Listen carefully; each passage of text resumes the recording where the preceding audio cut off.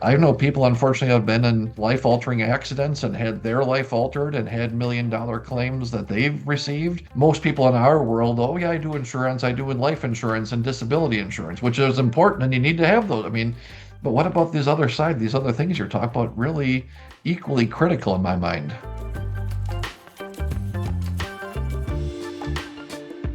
Hi, I'm Bridget Sullivan Mermel. I've got a fee only financial planning practice in Chicago, Illinois.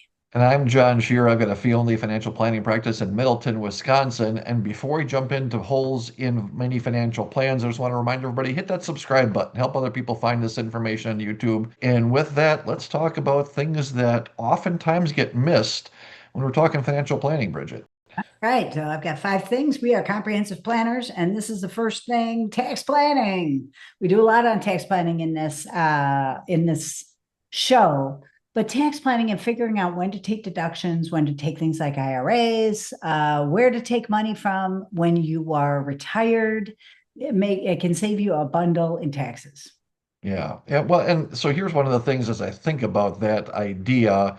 Number one, I love it, right? Like if you're doing it yourself, you need to think about taxes. But, take a look at all the advertisements that you see out there for investment advisors and people just in our world, and everybody talks about tax tax-wise investing, right? I mean, isn't that the same thing as what you do? No, it's not.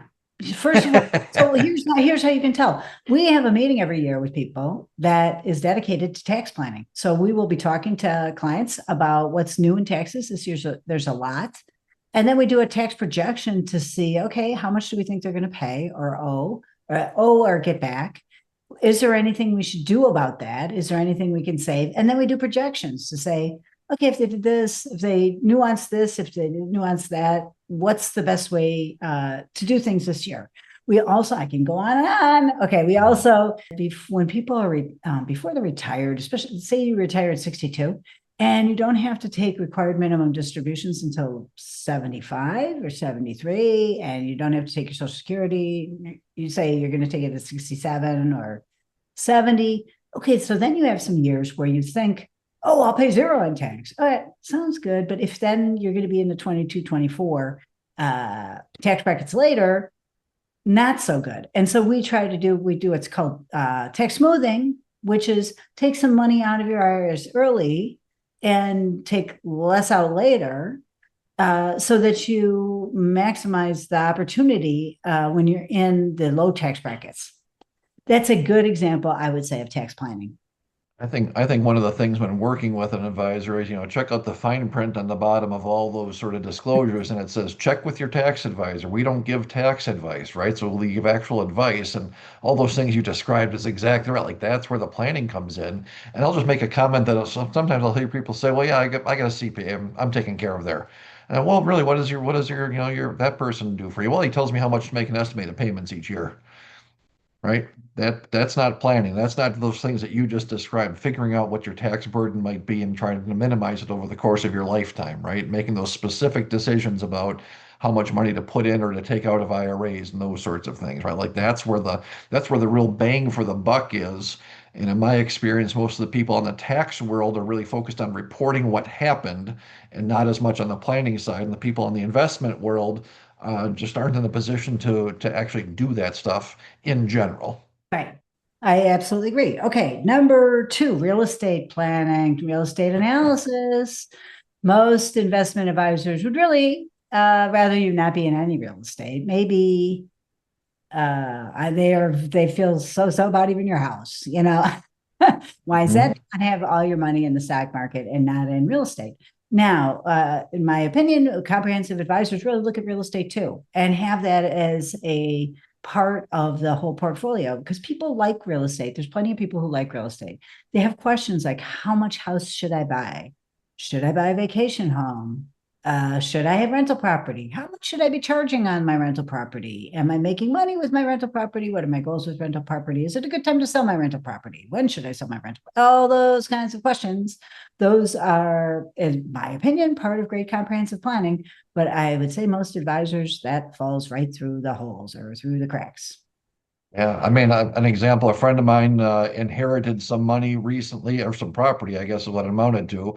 property in the Midwest and the property on the West Coast, both worth, let's say, $1 million, and they're trying to figure out like, okay, what do we rent this? Do we keep it? I said, well, geez, why don't you talk to your financial guy? And they're like, well, yeah, he doesn't really deal with that.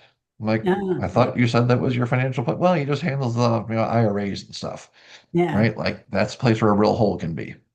Right. And I just had some people that have had a rental property for quite a while and retired. Great. So we strategically, you don't want to have when to sell rental property 100% dependent on retirement Right. because, the market can go up or down so much that it doesn't matter. But it worked out great. It's like, okay, this is a good time to sell because your tax rate and because of other things is going to be really low. Why don't you pull the trigger now?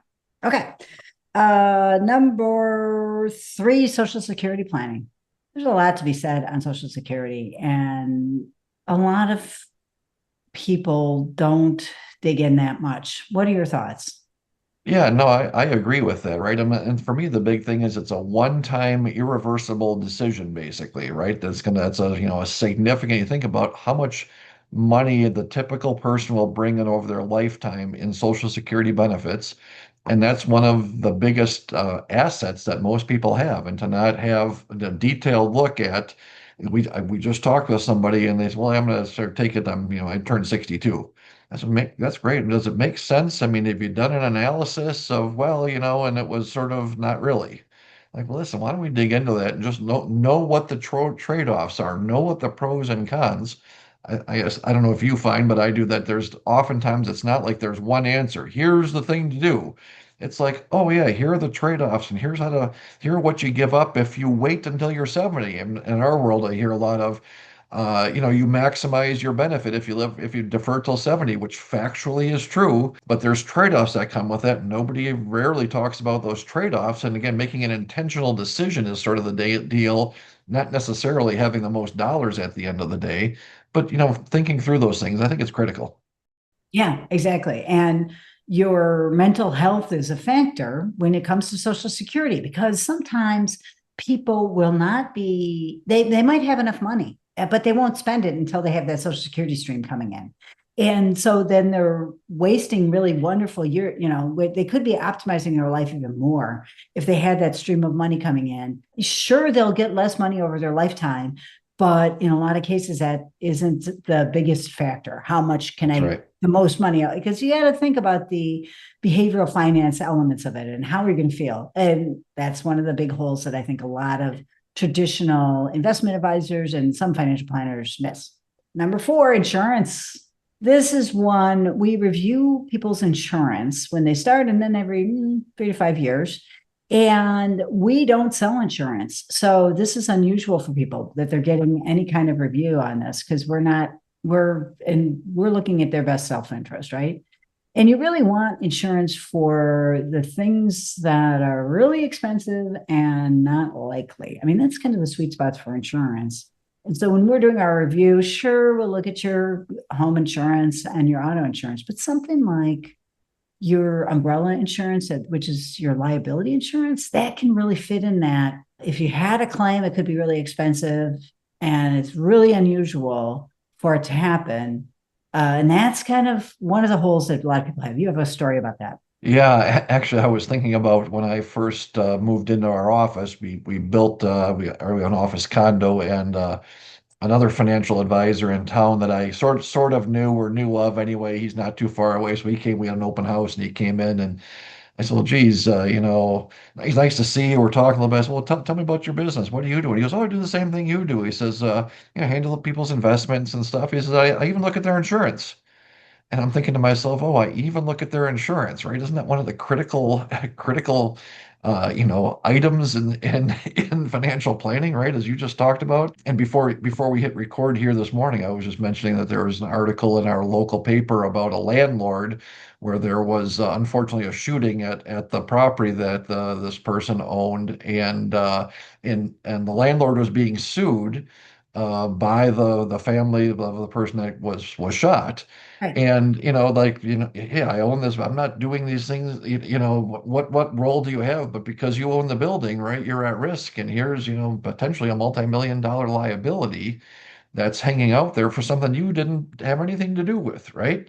And those are the things you think, oh, that's kind of crazy, but that's the stuff you have to protect against. And I know people unfortunately have been in life-altering accidents and had their life altered and had million-dollar claims that they've received and that have been on the other side of things, dude, right? You make a mistake, there's an accident, and now you have these gigantic devastation on either side of things. And again, that's the stuff where most people in our world, oh yeah, I do insurance, I do life insurance and disability insurance, which is important and you need to have those. I mean, but what about this other side, these other things you're talking about, really equally critical in my mind? Right. Yeah. And so the things that we look at the most are for people with younger kids, life insurance, and then the umbrella insurance, the liability insurance, again, for the unlikely but high cost items. And then the rest of it we look at too. And then the last thing is beneficiary planning. So we look at people's estates and try to make sure that they're coordinated with a plan that we are executing with them. But there can be low hanging fruit, like who is named in your beneficiaries on these accounts. And that's again something that we've Jews, we just when we have a client die, we just feel good if we have had the titling decent on these accounts. Mhm. And And, and it's and the motivated by the titling, clients, but then we have to make sure that it's we need to prompt people if it's not like, is this really what you want? Go ahead. right? No, I mean making sure those beneficiary designations supersede, so they come before the will-based things when it comes to distributions, right? And just having those things match up is just so critical. And you've seen mistakes on it, and so have I, where people, I mean, we had a client that was in a years-long battle with family because the beneficiaries on an IRA account didn't match what the will said for mom or dad. Exactly. So those are our five holes that often investment advisors for sure and a lot of financial planners miss. But we, as part of Alliance of Comprehensive Planners, that's part of our regular program to make sure we double check all that stuff for people. And we have found that it pays off over the long run. That can be those can be bigger payoffs than the investing advice that we usually give. That's right. That's Yeah. right. Anyway, Hey, I think that's a great place to wrap things up here. And I'm John Shear, and I run a fee-only financial planning practice in Middleton, Wisconsin. Sullivan Vermont. I've got a family financial planning practice in Chicago, Illinois. As mentioned, our Alliance of Comprehensive Planners, we're both members. We're taking clients, Jen and I, but if you are looking for an advisor in your area, you like how we talk about things, you could check out acplanners.org. And don't forget, hit that subscribe button.